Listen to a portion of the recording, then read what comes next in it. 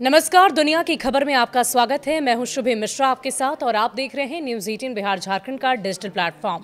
Saudi अरब से power मिलते ही Iran फिर से फूलने लगा है। ईरान के सशस्त्र बलों के चीफ ऑफ स्टाफ ने एक बार फिर इजरायल को खुली धमकी दे डाली है।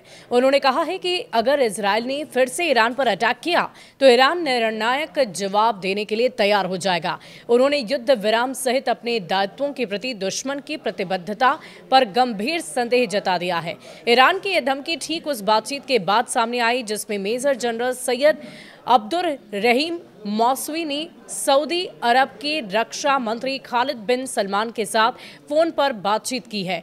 इस बातचीत में यहूदी शासन और संयुक्त राज्य अमेरिका द्वारा किए गए हमलों के साथ साथ दोनों देशों ने द्विपक्षीय और रक्षा मुद्दों पर बातचीत की। बातचीत में ईरान की ओर से कहा गया कि हमने युद्ध शुरू नहीं किया, मगर हम पर जो हमला हुआ हमने उसका जवाब दिया है।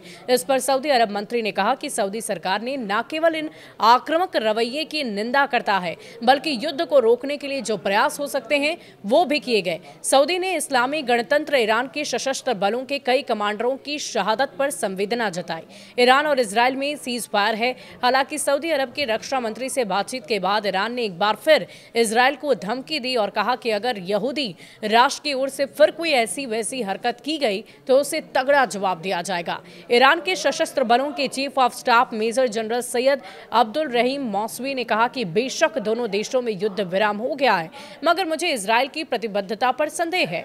इस्लामिक रिवॉल्यूशन गार्ड कॉर्प्स के समन्वय के लिए उप कमांडर ब्रिगेडियर जनरल मोहम्मद रजा नकदी ने कहा कि इजरायल के खिलाफ ईरान ने अपने डिफेंस क्षमता पर महज 5% प्रयोग किए थे। उन्होंने जोर देकर कहा कि अगर हम पूरी ताकत के साथ उतरते तो इजरायल का अंजाम बहुत बुरा होता।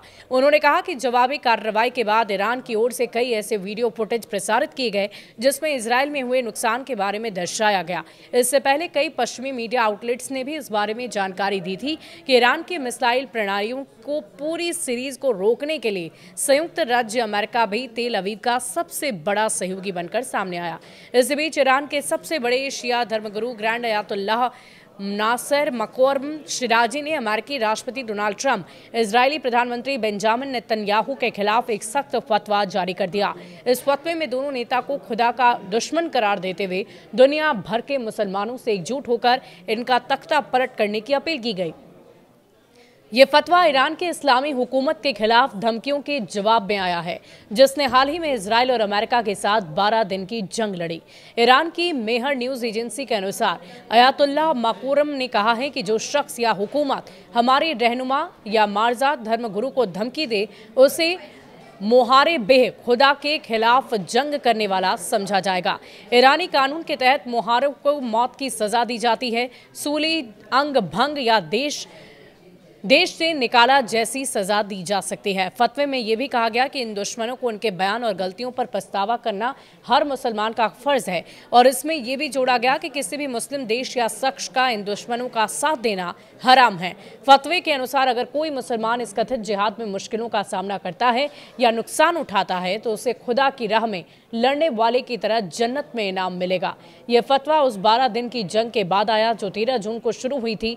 इजरायल ने ईरान में बमबारी की जिसमें ईरान के बड़े सैन्य कमांडर और परमाणु कार्यक्रम में जुड़े साइंटिस्ट मारे गए। जवाब में ईरान ने इजरायली शहरों पर बैलिस्टिक मिसाइलों से हमला किया।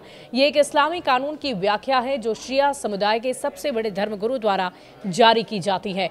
वहीं सभी मुसलमान चाहे वो व्यक्ति हों या इस्लामी हुकूमत पर लागू होता है और इसे लागू करना उनका फर्ज माना जाता है। ये पहली बार नहीं जब ईरानी धर्मगुरुओं ने किसी शख्स के खिलाफ फतवा जारी किया हो। सबसे मशहूर मामला 1989 का है जब लेखक सलमान रशदी ने एक किताब द सैटेनिक वर्सेस को अपमानजनक बताकर उनके खिलाफ फतवा जारी किया था। इस फतवे में उनकी हत्या का आदेश दिया गया जिसके बाद रुशदी को सालों तक छिप कर रहना पड़ा और इस फतवे के चलते उनकी किताब के जापानी अनुवादक की हत्या हुई और प्रकाशकों पर कई जोरदार हमले हुए। साल 2023 में न्यूयॉर्क में रुशदी पर चाकू से हमला हुआ जिससे उनकी एक आंख चली गई थी। शुक्रिया।